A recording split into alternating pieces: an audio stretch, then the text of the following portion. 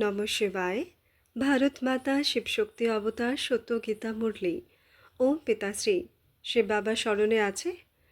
আজকের তারিখ হলো 28 মার্চ 2026। প্রাতঃ ক্লাস। Original date 30 October 1968। ওম নমঃ শিবায়।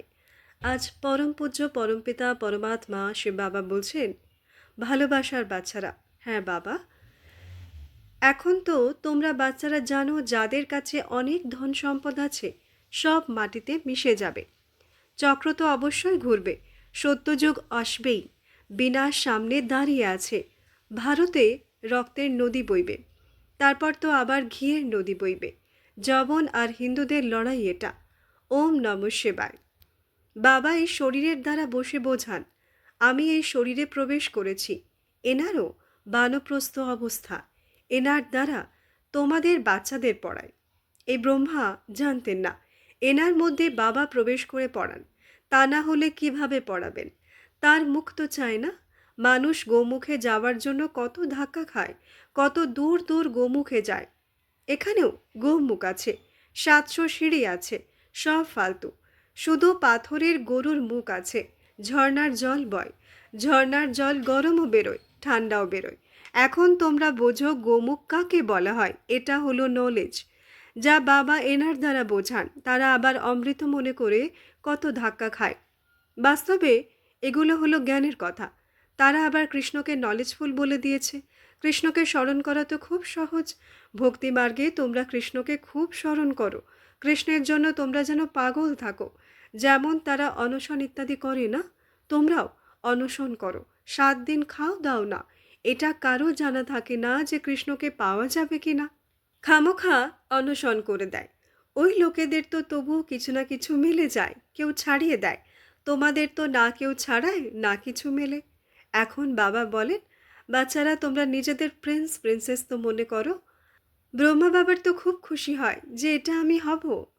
পড়াশোনা ইনিও পড়েন, তোমরাও পড়ো। এনার তো খুব খুশি থাকে। আমি তো বয়স্ক, জোয়ান। আমার ভেতরে তো খুব খুশি থাকে যে আমরা এই পড়াশোনা দিয়ে এই নারায়ণ হব। প্রথমে তো নিশ্চয়ই প্রিন্স হব। তোমরা বাচ্চারা ভুলে যাও কেন? আত্মাতে বুদ্ধি আছে না? খেয়াল করো। ওহো, আমাদের আত্মাদের বাবা পড়াচ্ছেন। বাবা নিজে বলেন, আমি এই সাধারণ তনেই প্রবেশ করি। এটা হলো ভাগ্যশালী রথ। মানুষেরই রথ চাই, তাই না? বাবা বলেন, আমি এনার মধ্যে প্রবেশ করে তোমাদের শোনাই। ইনিও শুনতে থাকেন। নর থেকে নারায়ণ হবার নলেজ শুনছেন। সবার চেয়ে নাম্বার 1 পতিত আর বানপ্রস্থ অবস্থাতে প্রবেশ করি। এই বৃদ্ধ পড়ে, মনে হয় যে আমিও নর থেকে নারায়ণ হচ্ছি। সত্যযুগে আমরা প্রাসাদে যাব, ভগবান পড়াচ্ছেন, তাতে গণ্ডগোল তো আর হতে পারে না। আমরা তো সবাই স্টুডেন্টস না, সবাই পরস্পর ভাই ভাই। এক বাবার কাছে পড়ি বিশ্বের মালিক হওয়ার জন্য।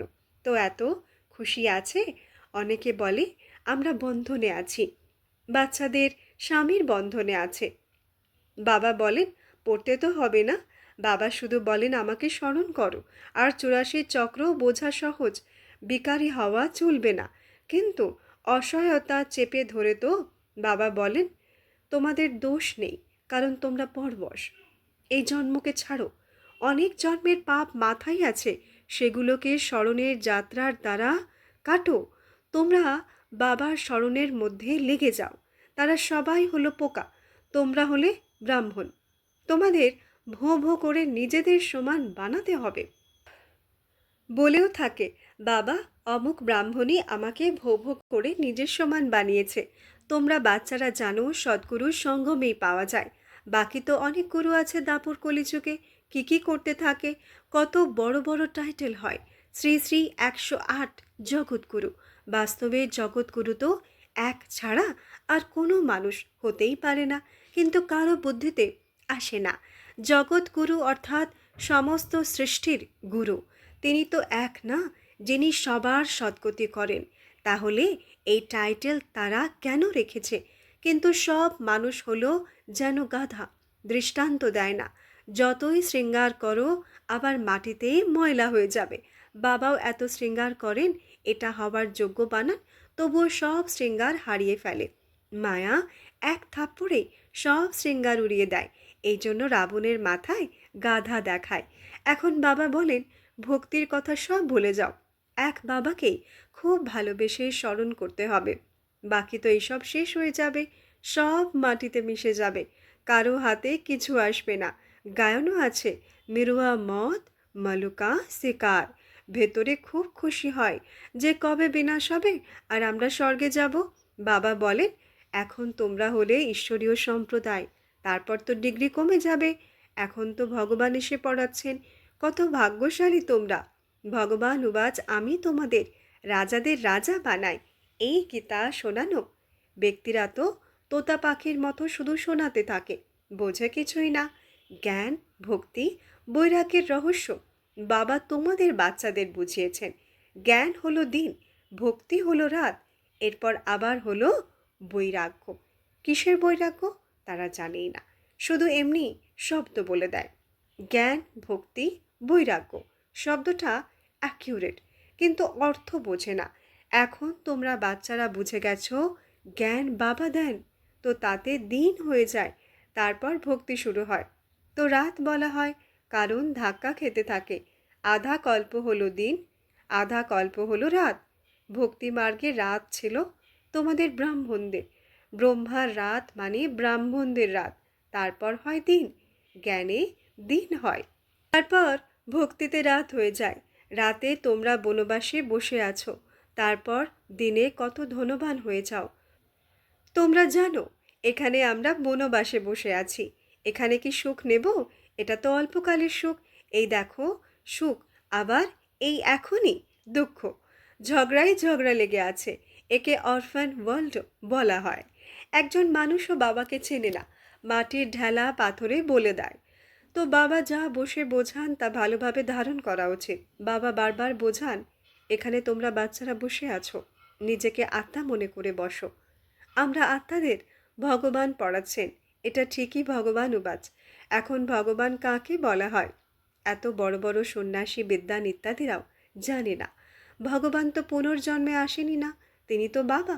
বাবার বদলে বাচ্চা যে 84 জন্ম নেয়, তার জন্য বলে দেয় ভগবান। এনাকে বলাই হয় গায়ের ছোকরা। তার আবার কৃষ্ণ নাম তো আর হবে না, নাম তো প্রতি জন্মে বদলাতে থাকে। নাম, রূপ, দেশ, কাল, ফিচার্স সব বদলে যায়। কৃষ্ণকে গায়ের ছোকরা কিভাবে বলবে, এতটাও কারো বুদ্ধিতে আসে না। কথা তো একদম ঠিক, ভিন্ন ভিন্ন নাম রূপ নিতে নিতে এসে গায়ের ছোকরা হন। তারপর বাবা বলেন, যাকে তোমরা ছোকরা বলছো, অনেক জন্মের অন্তে তার মধ্যেই আমি এসে প্রবেশ করি। যখন এনার বানপ্রস্থ অবস্থা হয় তখন আমি এনার মধ্যেই প্রবেশ করি। 84 জন্মের পর এসে ছোকরা হন। নিজে জানান, ছোটবেলায় আমি পুরো ছোকরা ছিলাম, অর্থাৎ নিধনকা, একদম গরিব। তো এটা বোঝানো উচিত, এটা অনাদি তৈরি করা খেলা, এতে সবাই অ্যাক্টার্স। কল্পবৃক্ষকে তো এখন তোমরা জেনে গেছো। যারা যারা পুনর্জন্ম নিতে থাকে ড্রামা অনুসারে আবার সেটাই রিপিট করবে। তৈরি করা এই ড্রামা, সবাই পার্ট পেয়েছে, কান্নাকাটি ইত্যাদির দরকার নেই। অনাদি প্রত্যেকে নিজের পার্ট পেয়েছ। এটা অনাদি অবিনাশী ড্রামা না, এর অন্ত অথবা আদি নেই। বাকি হ্যাঁ, পুরনো থেকে নতুন, নতুন থেকে পুরনো হয়, এটাও তোমাদের বাচ্চাদের বোঝানো হয়। পুরনোকে নতুন, কলিযুগকে সত্যযুগ কে বানায়?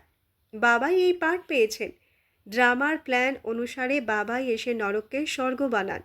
বাবা বলেন, এমন নয় যে আমি যা চাইবো তাই করব। তোমাদের বলে না, তোমাদের দাদা ঈশ্বর, তো এটা করে দেখাক না।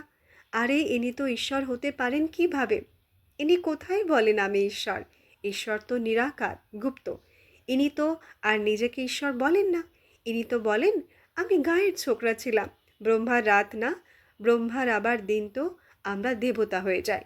তোমরা সবাই এখানে মানুষ থেকে দেবতা হতে এসেছো। মানুষ থেকে দেবতা করতে সময় লাগে না। নানকও এনার মহিমা করেন না, নিজেও কলিযুগে এসেছেন। এই সময় সবাই তমপ্রধান। তোমরা কতবার বাবার ওপর বলিহারি যাও। ভক্তিমার্গে বলো, বাবা আপনি আসবেন তো আমরা আপনার ওপরই বলিহারি যাব। এটা তৈরি করা আছে, কিন্তু অর্থ বোঝে না। সদা সালামত আছে না, তাকে অবিনাশী বলা হয়। তারা তো বিনা অর্থেই বলতে থাকে। ব্যাঙের মতো ঘ্যাঙর ঘ্যাং করতে থাকে, ভগবানকে প্রথম নম্বরের গালি দেওয়া লোকেদের পায়ে পড়তে থাকে। কোনো বোঝাপড়াই নেই। তো বাবা তবুও বাচ্চাদের বোঝান, এক তো বাবাকে ভালোভাবে স্মরণ করো, তবে তোমাদের পাপ কেটে যাবে, তোমরা তমপ্রধান থেকে শতপ্রধান হয়ে যাবে। তোমাদের বাচ্চাদের জন্যই তো নিশ্চয়ই নতুন সৃষ্টি চায় না। গায়নও আছে, দেবতারা পুরনো সৃষ্টিতে পা রাখে না, তাদের নতুন দুনিয়া চায়। তো নিশ্চয়ই পুরানোর বিনাশ হবে না। এখন বাকি অল্প সময় আছে, কিভাবে বিনাশ হয় সেটাও বোঝার কথা। প্রতি ৫,০০০ বছর পর এই চক্র ঘুরতে থাকে। লক্ষ বছরের তুলনায় ৫,০০০ বছর কি, একজনও সত্যি বলে না। তো বাবা বলেন, মূল কথা তো বাবাকে স্মরণ করো, তবেই তোমাদের পাপ কেটে যাবে। বাকি পুণ্য জমা হতে থাকে, যাতে তোমরা পুণ্যাত্মা হয়ে যাবে। সমাচার এসেছিল, ভাবনগরের কাছে একটা গ্রাম আছে, সেখানে বিশ্বে শান্তির জন্য একটা বড় চণ্ডিকা যজ্ঞ রচনা করছে, যাতে ১৫১টি যজ্ঞকুণ্ড ইত্যাদি বানিয়েছে। তাই ভাবনগর নিবাসীদের বিচার আছে সেখানে স্টল নিয়ে সার্ভিস করার। তাই এর জন্য বাপদাদা ভাবনগর নিবাসীদের ডাইরেকশন লিখছেন যে সেখানে এমন এমন বোর্ড লাগাও। নিজেদের স্লোগান, ঈশ্বর সর্বব্যাপী নন, আত্মারা সর্বব্যাপী, মায়া সর্বব্যাপী। গীতা পরমপিতা পরমাত্মা গেয়েছেন কল্পের পুরুষোত্তম সঙ্গম যুগে, যা এখন চলছে। পতিত পাবন এক পরমপিতা পরমাত্মা শিব, গঙ্গা যমুনা নয়। রুহানি জ্ঞান, স্পিরিচুয়াল নলেজ শুধু এক পরমপিতা পরমাত্মা শিব সদ্গতি দাতাই দেন। মানুষ মানুষের গতি বা সদ্গতি করতে পারে না। এমন এমন পয়েন্টস যা বারবার বোঝানো হয়েছে, তার বড় বোর্ড লাগিয়ে দাও। এটা কারো নিন্দা নয়। কল্প ৫,০০০ বছরের, প্রতিটি যুগ ১২৫০ বছরের, এমন এমন বড় বড় বোর্ডে লিখে পাবলিককে সাক্ষাৎকার করাতে হবে। প্রায়ই বাচ্চারা ভুলে যায় বা ভয় পেতে থাকে। বাচ্চাদের মধ্যে বল কম, দেহ অভিমানের কারণে। এই জন্য বাপদাদা নিজে বলেন যে সময় চায় যখন যোগবলের ধার জ্ঞান তলোয়ারে থাকবে। দেহ অভিমান তো অগাধ আছে বাচ্চাদের মধ্যে, নিজেদের মধ্যে বোঝে কম। তো মূল কথা এটা মনে রাখো, তোমাদের বিজয় কিসে হবে, কিভাবে হবে? যখন গুরুদেব মহামণ্ডলেশ্বরদের বোঝাবে, এদের ওপর জয় পাও, এদের এখন রাজত্ব, লক্ষ কোটি ফলোয়ার্স আছে, রাজারা তো ন্যাচারাল শাহকার। এটা তো আবার এরা পায়। তো বাচ্চাদের এই বিচার করতে হবে, কনফারেন্স জলদি জলদি হয়, সেখানে গিয়ে এই কথা ওঠাও। কোনো মাথা দাঁড়ালে ভালো, কিন্তু এমন কারোর মধ্যে দম দেখতে পাওয়া যায় না। এত তাড়াতাড়ি সে হার মেনে নিলে তো হাতিয়ার ইত্যাদি সব ছেড়ে দেবে। এক রাজা হারালে তো বাকি প্রজা কোথায় যাবে? রিভলিউশন হয়ে যাবে, তোলপাড় পড়ে যাবে। শিব বাবা গালি পান, তারপর বলবে, আরে উনি তো ভগবান, আমরা খামোখা গালি দিতাম। এসব হতে হবে। তোমরা এখন দেহি অভিমানী হও, এখনও তো বাবাকে স্মরণ করতে পারো, তাই না? যাতে বিকর্ম বিনাশ হয়। যোগের ধার খুব ভালো চায়, তলোয়ারের ধার থাকে না, সেই তলোয়ার খুব তীক্ষ্ণ হয়। সেই তলোয়ার ১০ টাকার, সেই তলোয়ার হাজারে দিত। আমেরিকান লোকেরা তো পুরনো জিনিস খুব কেনে, ৩০০ জিনিস ১৫০০-তে বেচে দিত। এখন তো তোমরা বাচ্চারা জানো, যাদের কাছে অনেক ধন সম্পদ আছে, সব মাটিতে মিশে যাবে। বাবা তো নলেজফুল, তার নামই বদনাম করে দিয়েছে। জয় তোমাদের এতেই হতে হবে। কল্প কল্প তোমরা জয় পাও, চক্র তো অবশ্যই ঘুরবে, সত্যযুগ আসবেই, বিনাশ সামনে দাঁড়িয়ে আছে। এটাও তোমরা বাচ্চারাই জানো। ভারতে রক্তের নদী বইবে, তারপর তো আবার ঘিয়ের নদী বইবে। যবন আর হিন্দুদের লড়াই এটা। তোমরা বাচ্চারা দেখলে না কত বেইজ্জত করে মারে। তোমাদের বাচ্চাদের তো খুব নেশা থাকা উচিত। তোমাদের সামনেই তারা সবাই মাথা নোয়ায়। বাকি এমন নয় যে তোমরা কোনো বান মারলে আর তারা মরে গেল। ওইসব হলো গাল গল্প। তো এইসব বোঝার কথা। ড্রামা অনুসারে তোমরা চলেছ। শিব বাবার কোনো চিন্তা নেই, সাথে থাকা দাদারও কোনো চিন্তা নেই। বাপ দাদা দুজনেই পুরুষার্থ করাতে থাকেন।